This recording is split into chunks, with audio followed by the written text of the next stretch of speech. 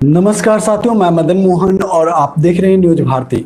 आशा करता हूं कि न्यूज भारती का पूरा परिवार सकुशल होगा, अपने घर परिवार अपने लोगों के साथ अच्छे से अपने घर में समय व्यतीत कर रहे होंगे। दोस्तों, राजधर्म का नया एपिसोड लेकर आया हूं। अगर आवाज़ में कोई प्रॉब्लम हो तो मुझे बता देंगे और बाकी मेरे साथ बने रहिए। दोस्तों, राजधर्म के इस एपिसोड में सबसे पहले हम बात करेंगे कोरोना का। कोरोना, जैसा कि आप सबको पता है, आज देश और दुनिया में कोरोना का कहर चल रहा है और हमारे जहांपनाह जो हैं वो हमें चलती लड़ाई में हथियार डाल दिए और हमें हारने को मजबूर कर दिया, जिसका खामियाजा ये हुआ कि आज जहां पूरी दुनिया कोरोना से फुर्सत लेने के कगार पे है, लोगों को निजात मिलने की ओर जा रहा है कोरोना से, लेकिन हमारे यहाँ स्थिति उलट है। इसके बावजूद एक तबका ऐसा है जो उनका महिमा मंडन करते नहीं थकती, लेकिन हम जैसे लोग अगर उन पर आवाज़ उठाते हैं तो वो हमें कटघरे में खड़े करते हैं। हम बात कर रहे हैं विनोद दुआ जी का। विनोद दुआ जी को आप जानते हैं, सीनियर पत्रकार हैं। उनके ऊपर एफआईआर दर्ज करवा दिया गया है। आप देखिए ये ट्वीट, मैं बड़ा कर देता हूं।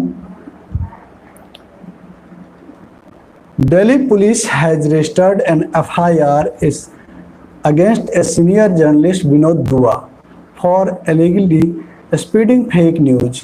हेलो शनाम, आप पढ़िए, देखिए। इसमें बीजेपी के जो स्पोक्स पर्सन है नवीन कुमार के द्वारा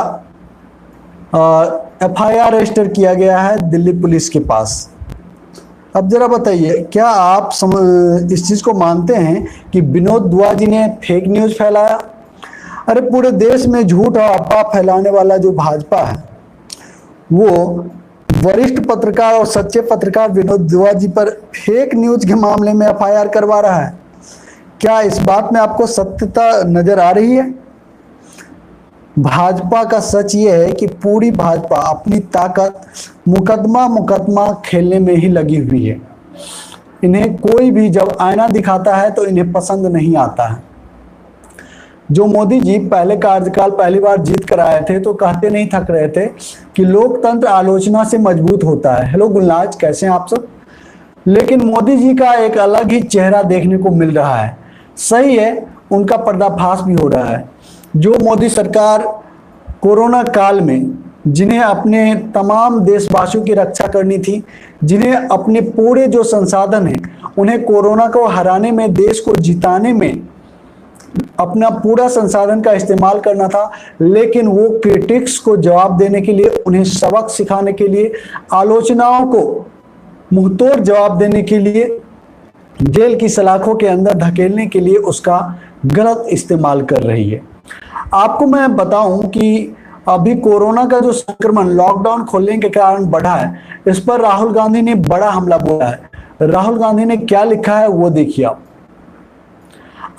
Ours was the only lockdown in the world where the disease is increasing after we are opening up. इनका कहना है कि हम लोग जो भारत में लॉकडाउन हुआ एकमात्र ऐसा लॉकडाउन है जिसे हम तब खोल रहे हैं जब हमारे यहाँ आंकड़े बहुत तेजी से बढ़ते ही जा रहे हैं। अब मैं आपको ये बढ़ते हुए जो आंकड़े हैं उसकी तस्वीर दिखाऊंगा और वो तस्वीर मुझे पता है आप देख के चौंक जाएंगे। अगर आपको पता नहीं होगा, मुझे लगता है कि ज्यादातर हमारे जो सब्सक्राइबर होंगे उन्हें पता ही होगा, क्योंकि हम लोग लगातार इस पर बात करते रहे। लेकिन ये तस्वीर देखिए आप। सबसे पहली तस्वीर आप देख रहे हैं स्पेन की। आप देखिए, स्पेन में जब कोरोना का केस बढ़ना शुरू हुआ तो लॉकडाउन होता है। आप देख रहे हैं यहाँ पे एरो है, और जब घटना शुरू हुआ तब जाके इन्होंने लॉकडाउन को अनलॉक किया। ठीक है, वही हाल आप जर्मनी में देख रहे हैं। लॉकडाउन तब शुरू किया गया जब इनके यहाँ मरीजों की संख्या, संक्रमण की संख्या बढ़ी, और घटाया तब गया जब संक्रमण की संख्या घटने लग गई। लेकिन वहीं पर इंडिया का आप देख सकते हैं, लेकिन इंडिया का हम बाद में बात करेंगे, क्योंकि मोदी जी का मास्टर स्ट्रोक है। भारतीय जनता पार्टी का ईमानदार, सशक्त और बुद्धिजीवी, दुनिया का सबसे बड़ा चाणक्य के द्वारा रन किया जा रहा है इंडिया को, तो इंडिया के बारे में बाद में बात करेंगे। ठीक है, इटली पर आ जाते हैं आप। इटली में देखिए केस कितनी तेजी से बढ़ रहा था। ठीक है, और इन्होंने लॉकडाउन किया और फिर ये घटना शुरू हुआ, तब जाके इन्होंने लॉकडाउन को अनलॉक किया और तब से देखिए रेशियो लगातार घटता ही जा रहा है, बढ़ नहीं रहा है। वहीं यूके में देख लीजिए, यूनाइटेड किंगडम में, यहाँ पर भी यही हाल है, आप देख पा रहे होंगे।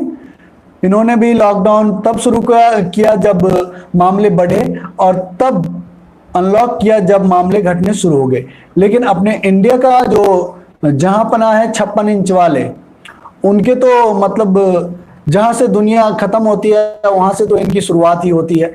आप देख सकते हैं कोरोना जब इंडिया में नाम मात्र थी, हालांकि उससे भी पहले लॉकडाउन करना था। जनवरी के लास्ट में जब हम लोग को ये जानकारी मिली थी, दुनिया में पहला केस आ चुका था, इंडिया में भी पहला केस केरला के अंदर आ चुका था, तब लॉकडाउन कर देना चाहिए था। लेकिन जहां पनाह को इंपॉर्टेंट काम था, महत्वपूर्ण राजनीतिक महत्वाकांक्षा पूरा करना था, मध्य प्रदेश में अपनी भगवाधारी पार्टी का सरकार बनाना था, है ना, तो इस दौरान कांग्रेसी बिकाऊ नेताओं को एक शहर से दूसरे शहर छिपा के रखने के लिए लाना ले जाना था, तो उसके कारण इन्होंने उसमें डिले कर दिया और उस गोल को अचीव किया। और जिसके हालात आप देख सकते हैं, इन्होंने लगभग 1.5 महीने बाद लॉकडाउन किया। ठीक है, और झूठ भी बोल दिया। दूसरे कोरोना के दूसरे संबोधन में मोदी जी ने झूठ भी बोला था, आपको याद होगा, मोदी जी ने झूठ बोला था कि हमने तो जब कोरोना का पहला केस आना शुरू आया था तभी से तमाम एयरपोर्ट पर स्क्रीनिंग शुरू कर दिया। तो मोदी जी, आपसे बार बार हम सवाल पूछ रहे हैं, आप अब तक जवाब नहीं दिए। आपके जो ये गालीबाज अंधभक्त हैं, गालीबाज को मैं अभी दिखाऊंगा, थोड़ा देर बने रहिएगा, क्योंकि मुझे गाली पड़ी है परसों, जो माफ कीजिएगा कल हम लाइव राजधाम नहीं कर सके, परसों जो राजधाम किया था उस पर मुझे बहुत बुरी तरीके से गाली पड़ी है। कुछ हमारे सब्सक्राइबर ने उन्हें करारा जवाब भी दिया। ठीक है, तो मैं बोल रहा था कि मोदी जी ये बताइए, जब आपने स्क्रीनिंग शुरू कर दी पहले केस से ही, तो ये जमाती देश के अंदर आए कैसे? जिसे आपके गोदी मीडिया, अलायंस मीडिया जो है बलि का बकरा बनाया, और उस जमाती का एक कार्यक्रम तो महाराष्ट्र में भी होने वाला था, उसे तो महाराष्ट्र गवर्नमेंट ने कैंसिल कर दिया, नहीं होने दिया। फिर अमित शाह की पुलिस प्रशासन ने दिल्ली के अंदर जमातियों का यह कार्यक्रम होने कैसे दिया? इसका जवाब तो आप 3 महीने बाद भी नहीं दे पा रहे हैं। और दूसरी चीज, जिस तरह के आरोप कोरोना के कारण जमातियों पर लगाया गया, तो जी जमात के ऊपर आप एक्शन कब ले रहे हैं? उसे देशद्रोही कब करार कर रहे हैं? एनएसएस के तहत उस पर कार्रवाई कब होगी? तमाम तरह के सवाल है, आप सवाल से बचते क्यों हैं? आपको जवाब देना चाहिए ना। और आपकी ही जो गलत रणनीति है उसी का परिणाम है कि आज इंडिया का ये हालात है। देखिए दोस्तों, इंडिया में देखिए लॉकडाउन कैसे किया गया है। आप देखिए इंडिया का हालात, लॉकडाउन तब शुरू किया जब केस बहुत कम थे, लेकिन तब खोल दिया गया जब केस लगातार बढ़ते ही जा रहे हैं। थोड़े 1-2 दिन थोड़ा बहुत 100-50 कमी आई, लेकिन बढ़ता ही रहा। हजार केसेज पर डे इंक्रीज करके बढ़ता रहा। और देखिए लॉकडाउन को हटा दिया गया और फिर भी बढ़ ही रहा है।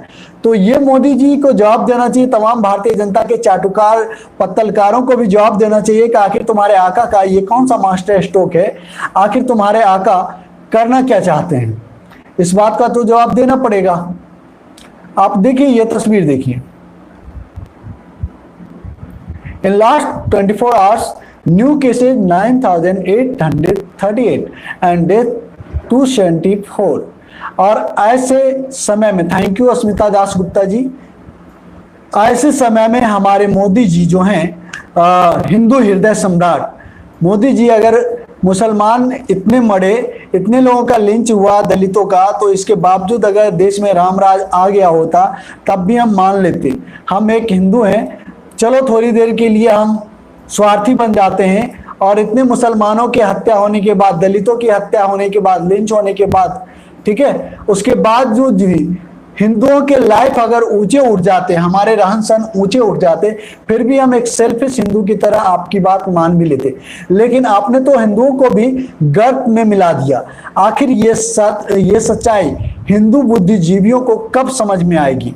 आपकी मुश्किल तो ये है कि कभी अनपढ़ लोग राजनीतिज्ञों के जाल में फंसते थे, लेकिन मुश्किल ये है कि आजकल पढ़े लिखे लोग आपके जो ये हिंदू राष्ट्र का जो झोल है इसमें फंस चुके हैं और इसमें देश बर्बाद हो रहा है हर तरीके से, चाहे वो शैक्षणिक हो, सामाजिक हो, आर्थिक हो, राजनीतिक हो, हर तरीके से पूरी दुनिया में हम पाताल लोक में घुसते चले जा रहे हैं जिसका कोई अंत नहीं है। लेकिन इसके बावजूद भी हमें इसका कोई अंत दिखाई नहीं पड़ता, क्योंकि पत्तलकार मीडिया जो है लगातार इन्हें सपोर्ट कर रही है। देखिए आर या पार में बीजेपी के बॉस लाइव शाम 7:57 बजे सिर्फ न्यूज 18 इंडिया पर। अब आप मुझे पूछेंगे कि इसके बारे में कुछ बोलिए। अब मैं इसके बारे में क्या बोलूं? हाँ, अभी बिहार के अंदर चुनाव होने वाले हैं, आए होंगे इसके आका पैसा वैसा पेमेंट करने के लिए। एक फोटो देखिए, बड़ा ही मजेदार है, ये भी देख लीजिए आप। इसके बाद मैं आपको एक वीडियो दिखाऊंगा जो पोल खोलेगा दिल्ली की आम आदमी पार्टी की और केंद्र सरकार की, यानी कि 56 इंच वाले मोदी सरकार का, जिसका चीन के सामने 26 इंच हो जाता है या 6 इंच हो जाता है, मुझे नहीं पता, लेकिन कम तो जाता है, ये आप सबको पता चल गया होगा। जो लाल लाल आंखें दिखाने वाली बात है वो सब कम गया है।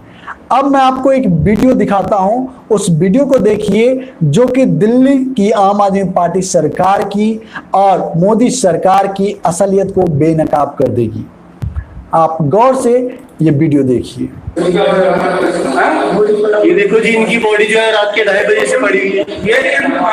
और ये देखिए ये जो बॉडी है, ये देखिए अंदर एक बॉडी पड़ी है और उसके साथ में कोरोना पेशेंट्स का इलाज हो रहा है।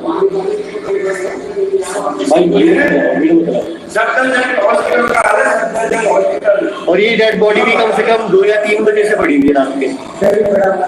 ये जो है ये मेरी भाभी है, इन्होंने इस कोविड के दरवाजे के आगे दम तोड़ दिया। 1 घंटे तक हम जो एम्बुलेंस की ऑक्सीजन लेके आए थे उससे तो इनका चल रहा था, जैसे वो ऑक्सीजन खत्म हुई इन्होंने यहाँ पे दम तोड़ दिया। ये 1 घंटे तक यहाँ पर रही, जबकि नीचे एडमिशन की वो मिल गई थी, इनको कोई ट्रीटमेंट नहीं दिया किसी ने। ये मेरी भाभी है, ये इनकी डेथ हुई है सुबह 9 बजे और अभी 1:30 बज चुका है।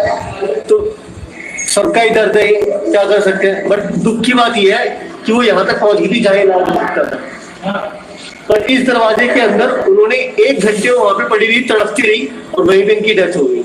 उसके बाद से इनकी बॉडी ऐसी पड़ी हुई है, 4-5 घंटे हो गए, रैप नहीं किया, कुछ नहीं किया, सिर्फ कोरोना के लिए मरेगा टेस्ट ले लिया। इससे पहले हम गंगाराम हॉस्पिटल गए थे, गंगाराम हॉस्पिटल से पहले हम गए थे BL कपूर गए थे हम, BL कपूर के बाद हम गए थे RML के बाद हम गए थे संजीवन हॉस्पिटल। उसके बाद हम यहाँ पर आए, किसी ने एडमिशन नहीं दिया। सब कह रहे थे कि कोरोना का टेस्ट जब तक आएगा नहीं तब तक नहीं होगा। हमने टेस्ट कल रात को गंगाराम में करवाया था, उसका रिजल्ट आज रात तक आएगा, 24 घंटे कहते हैं। उन्होंने कहा था जब तक कोरोना पॉजिटिव नहीं होगा पर्सन तब तक हम उसको लेंगे नहीं, बट हम उसको मार देंगे।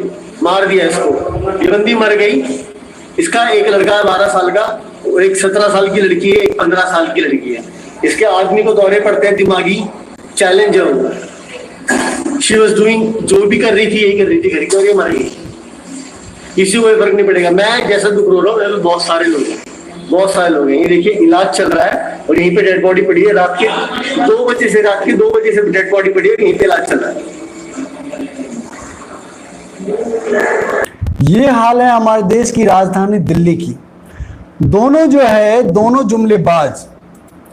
मैं जुमलेबाज क्यों कर रहा हूं? मैं ऐसा नहीं, आम आदमी पार्टी का जो मेरे पुराने सब्सक्राइबर हैं, व्यूअर हैं, उन्हें पता होगा कि कई मामले में हम भारतीय जनता पार्टी की भी बड़ाई करते हैं और आम आदमी पार्टी की भी बड़ाई करते हैं। लेकिन हमारे देश की राजधानी दिल्ली के अंदर एक अस्पताल का ये हालात देखा। ये तो हम वो तस्वीर आपको दिखाए ना जो लोगों ने खुद सामने से आके अपनी आवाज उठा रहे हैं। लेकिन ऐसे सैकड़ों हजारों लोगों की आवाज़ आज भी हम तक, देश की मीडिया तक और आप तक नहीं पहुंच रही है, जो कि पहुंचनी चाहिए, क्योंकि उनके पास साधन नहीं है। वो सत्ता से लड़ नहीं सकते, प्रशासन के सामने अपनी बात रख नहीं सकते। क्या इस तरह की तस्वीरें दिल्ली सरकार, दिल्ली प्रशासन, देश की सत्ताधारी पार्टी और हमारे भारत की सरकार पर क्या विश्वास खोने को मजबूर नहीं करती? और अब मैं दूसरा मामला मध्य प्रदेश का दिखाता हूं। आप ये देखिए तस्वीर, मध्य प्रदेश की शिवराज सरकार। मध्य प्रदेश में कोरोना से हुई मौत की संख्या और प्रशासन के आंकड़ों में भारी अंतर सामने आ रहा है। भोपाल में अस्पताल की रिपोर्ट के मुताबिक 71 मौत हुई, वहीं प्रशासन के मुताबिक 61 ही मौत हुई। अब इसे क्या कहेंगे बताइए मुझे? ये जंगल राज है या मंगल राज है या फिर राम राज है? क्या है? क्यों छुपाया जा रहा है मौत का आंकड़ा? हमें क्यों नहीं सच्चाई बताई जा रही है, ये हमें बताइए। अगर मोदी सरकार इतना ही अच्छे तरीके से काम कर रही है तो क्यों छिपा रही है ये तमाम आंकड़े, मुझे ये बताइए।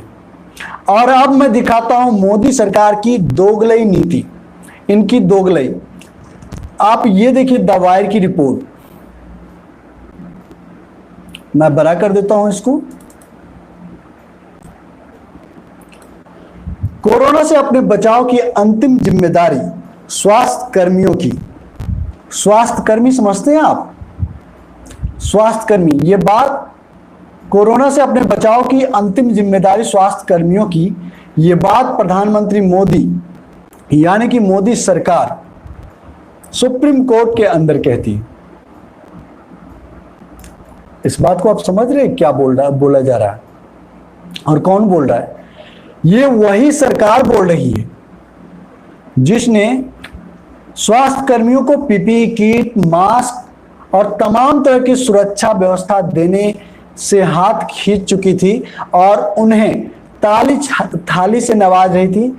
उनके लिए दिए जलाए जा रहे थे, उनके ऊपर वायुसेना से फूलों की वर्षा करवाई जा रही थी। क्या आपकी जिम्मेदारी मोदी जी यही है कि आप थाली बजवाएं? आपको क्या हमारे कोरोना वॉरियर्स कहा था कि हमारे लिए दिया जलवाओ, दिवाली मनवाओ, पटाखे फोड़वाओ? आपको कहा था कि हमारे कोरोना वॉरियर्स ने कि हमारे ऊपर फूलों की वर्षा करवाओ?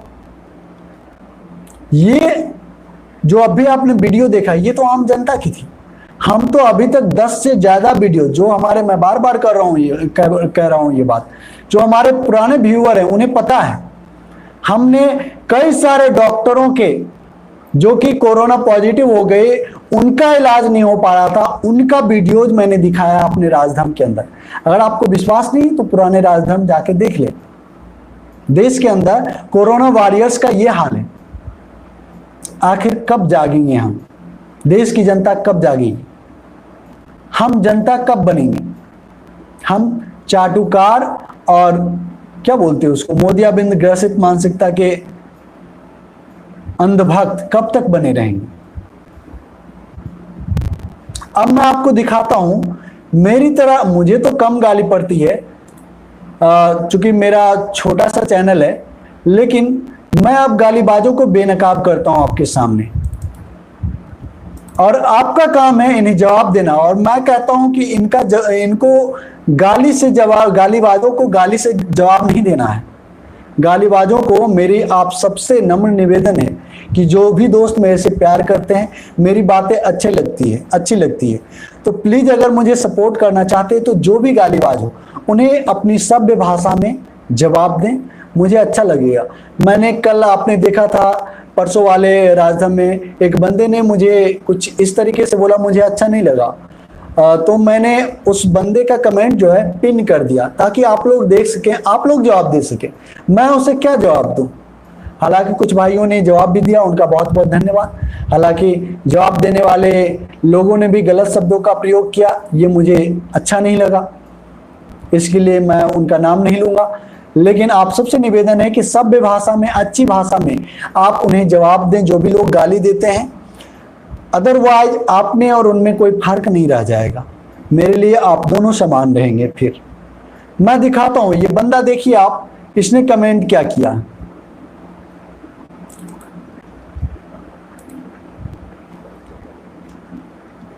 बलवंत सिंह ठाकुर क्या लिखता है, ये लोग जो लिख रहा है ये तो पढ़ने में भी शर्म आता है। ये तेरा बाप मोदी है, क्या तू अपने बाप को नहीं जानता?